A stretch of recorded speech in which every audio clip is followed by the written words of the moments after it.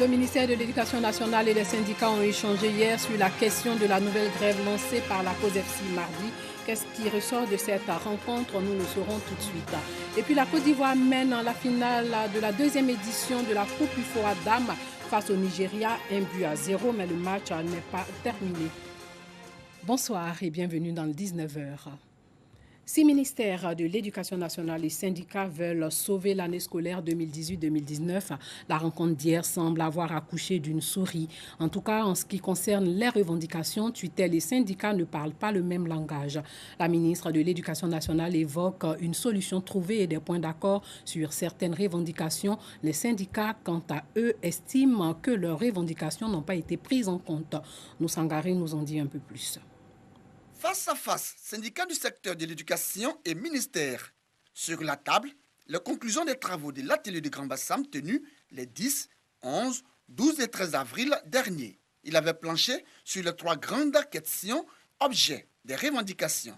Les questions administratives, financières et celles à caractère pédagogique. 4 d'échanges soldés par des avancées selon la ministre de l'Éducation nationale.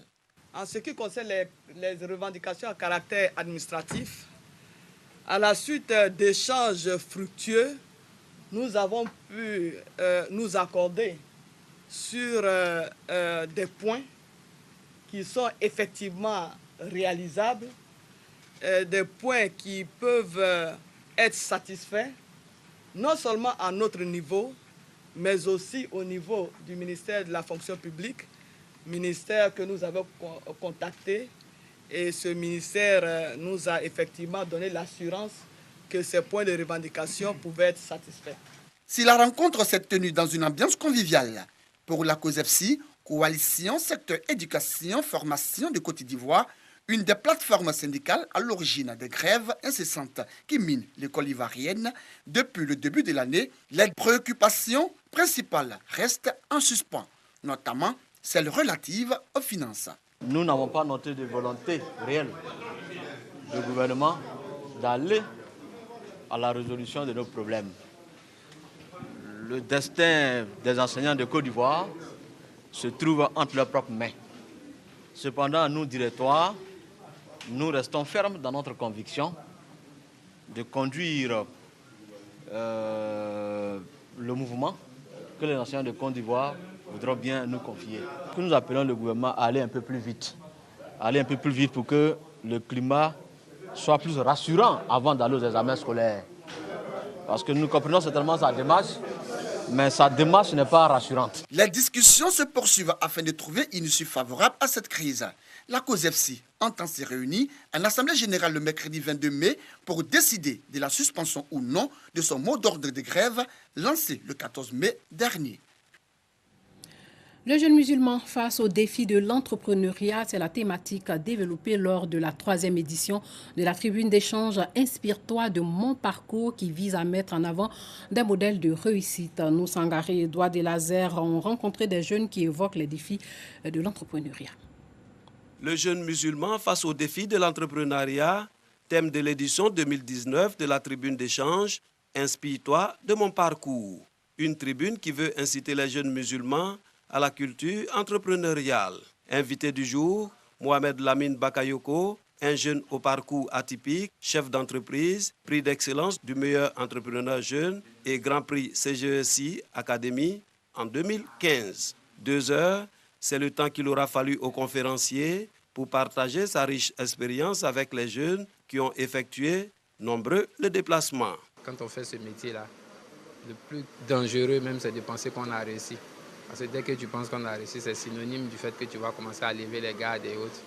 C'est la vie, hein, comme on le dit de façon terre à terre. Un jour tu es en haut, un jour tu es en bas. Donc le jour où tu es en haut, ne pense pas que tu as réussi. Attends peut-être le jour que tu es en bas.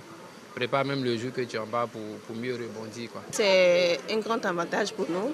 Parce que vraiment, à travers les dits du conférencier, ça nous a permis de comprendre beaucoup de choses et nous inciter vraiment à rentrer dans ce domaine. Je pense que nous, en tant que jeunes, voilà, le conseil qu'il a donné, vraiment, on va vraiment user de ces conseils-là pour se faire également du chemin. Démarrée en 2017, cette tribune d'échange est l'une des activités phares du comité de gestion de la mosquée Al-Moubarak d'Abobo à Nador.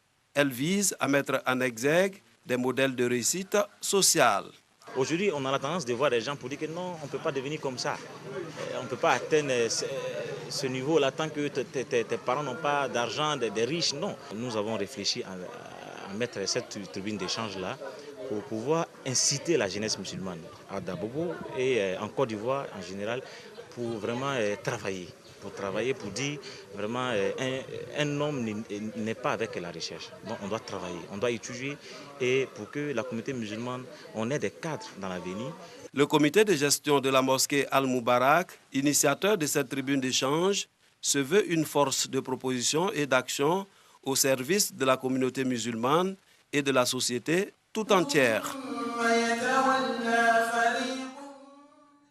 La grande foire industrielle, commerciale et gastronomique de la commune de Yopougon revient 10 ans après. Elle aura lieu du 23 septembre au 5 octobre prochain.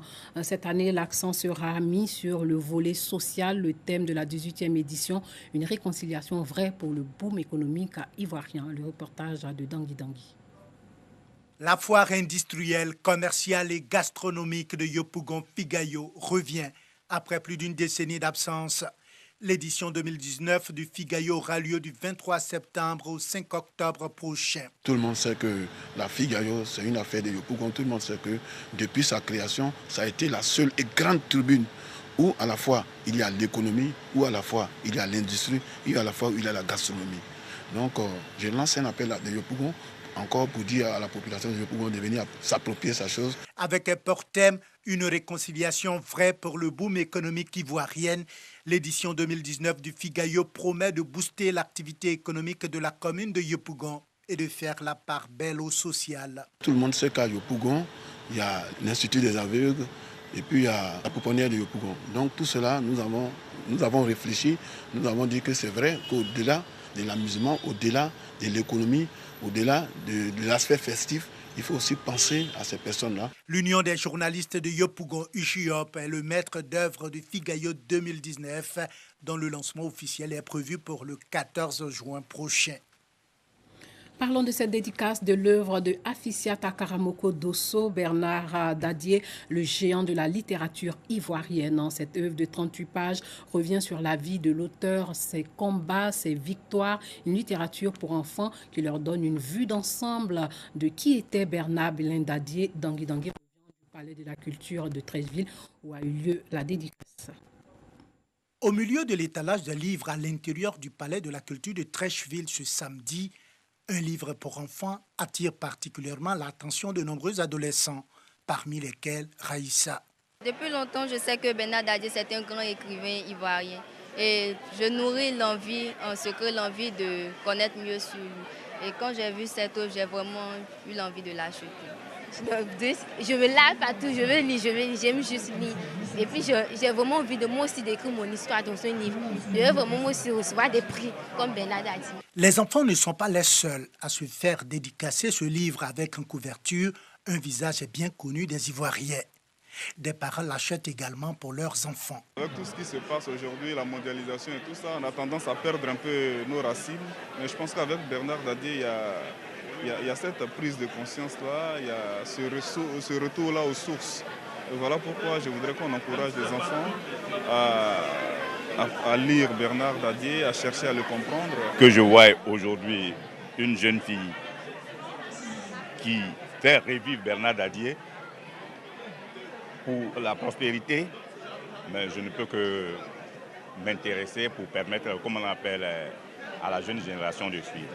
Bernard Dadié, le géant de la littérature ivoirienne, est signé Afisiata Karamoko Dosso.